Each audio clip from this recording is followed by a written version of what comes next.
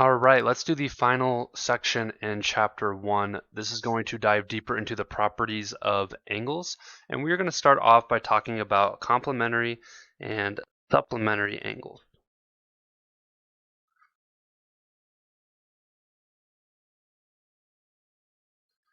All right, so I have already had this pre-drawn out here. On our left side, we have what are known as complementary angles. And complementary angles are angles whose sum is equal to 90 degrees. So notice here we have these two angles share a common larger angle of 90 degrees, or these two smaller ones, we have 20 plus 70 is equal to 90 degrees. On this right-hand side, we have what are known as supplementary angles. And the only difference between supplements and complements is supplements sum is equal to 180 degrees. So here we have two angles that are sharing a straight angle, so they equal 180 degrees, or we can have 65 degrees plus 115 degrees to equal 180 degrees. And how I like to remember complements and supplements is that C becomes before S in the alphabet.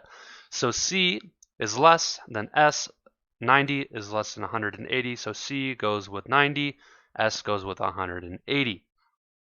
Now these top two angles are also in their own group, so let's put a large square around them. And these group is called adjacent angles. And adjacent angles compared to the angles that are not adjacent below them is notice that adjacent angles are two angles that share a common vertex and a common side. So if we scroll down a little bit and I draw out some more adjacent angles, angles 3 and 4 right here, they are going to share this common vertex. And then this red side right here, that is going to be our common side. So basically, there are two angles that are touching each other. We can draw a couple more angles. Let's call these two angles 5 and 6.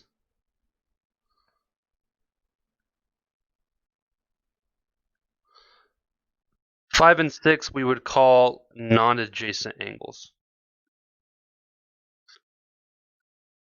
So on the left we have adjacent angles, and on the right we have non-adjacent angles, because 5 and 6 are not touching one another. So just as a quick little example to drill all of these ideas home, I'm going to draw some angles here on the screen.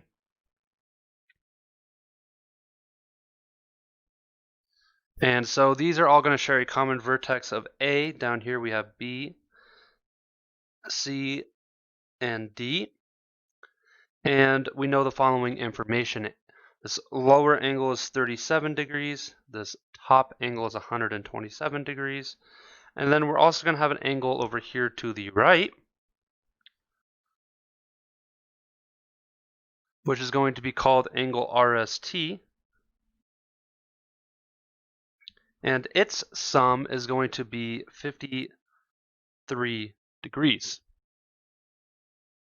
And my goal is to list some of the following. I want to list a complement. I also want to list some supplements. And I want to list a set of adjacent angles.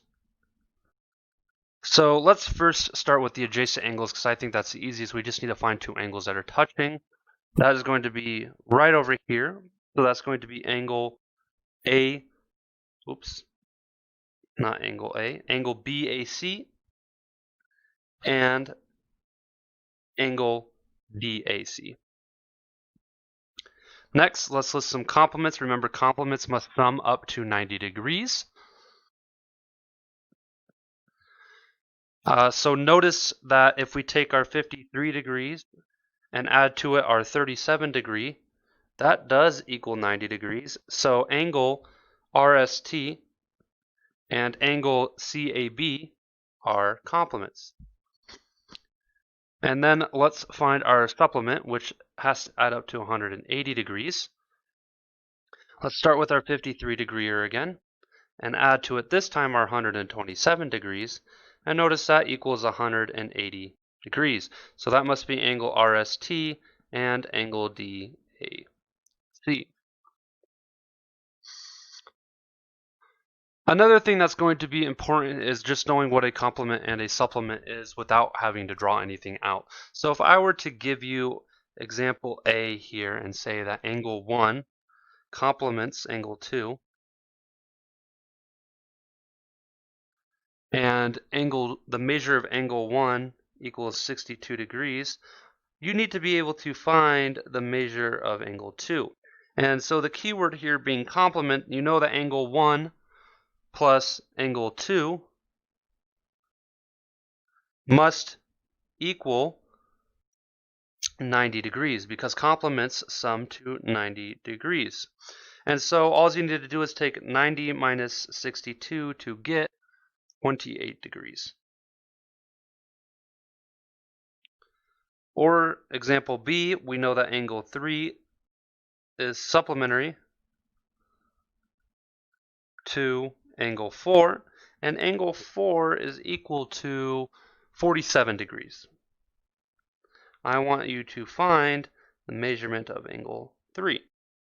And so the keyword here, once again, being supplementary, and supplements sum to 180 degrees.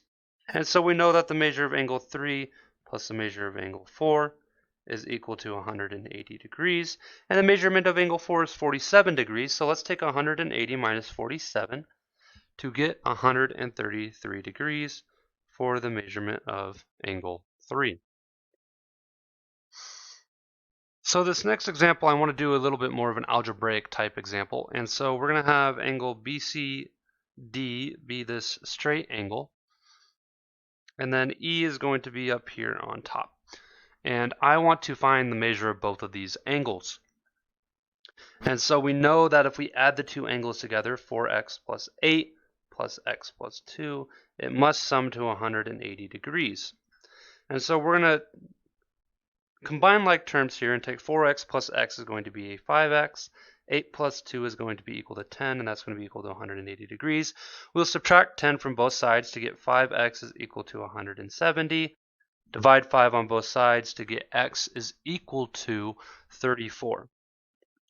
And now this is not going to be our answer because now we have to plug this 34 back into both of these positions. So the measurement of angle BCE is going to be equal to 4 times x, which is 34, plus 8. 4 times 34 plus 8 is equal to 144 degrees. And then measurement of angle ECD is going to be equal to x, which is 34, plus 2, which is equal to 36 degrees. And then these two should add up to 180 degrees because they're supplementary angles.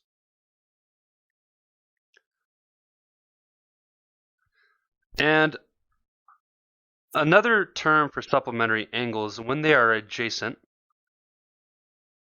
So you might see this every now and then. So anytime you see something that looks like this, and you have an angle 1 and an angle 2 and their supplements, right, they're going to be called a linear pair. And a linear pair is anytime you have adjacent angles and you also have supplementary angles. So anytime you see a straight line with one ray coming off of it, you have a linear pair. You can also have what is called vertical angles. And so vertical angles will always look like an X.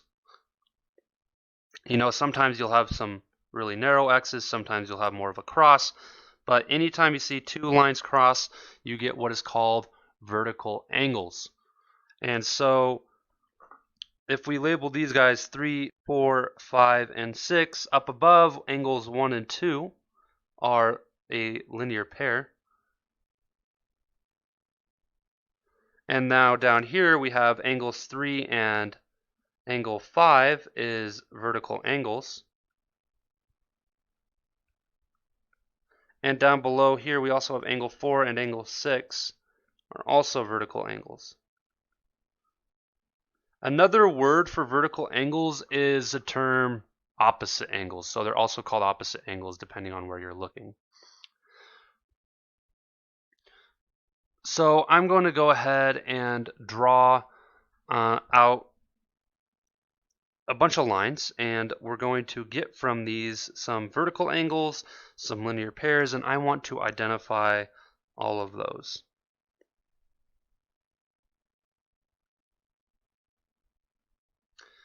So let's go ahead and label all of these. So we have angles 1, 2, 3, 4, and then 5. And let's first list off all of our linear pairs. And so linear pairs is any time we can draw a line. So if we go from here to here to here to complete this line, that's not a linear pair because that's 3 lines. So our only linear pairs are 1 and 4, and then angles 4 and 5.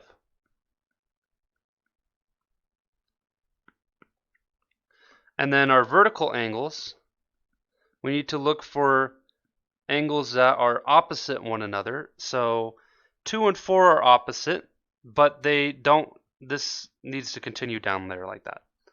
And so our only set of vertical angles is actually going to be 1 and 5 because we need to have the 2 lines that cross, which are going to be right here and right here.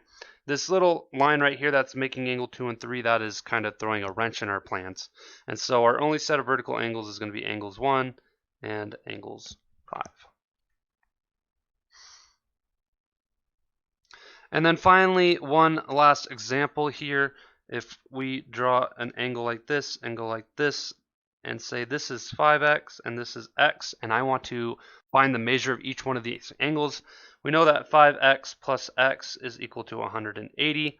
So 6x is equal to 180, or x is equal to 30. And now we just need to plug 30 into both of these. 5 times 30 is equal to 150 degrees. And the other one is just equal to 30 degrees. So that's all I have for you today. If you have any questions, please let me know.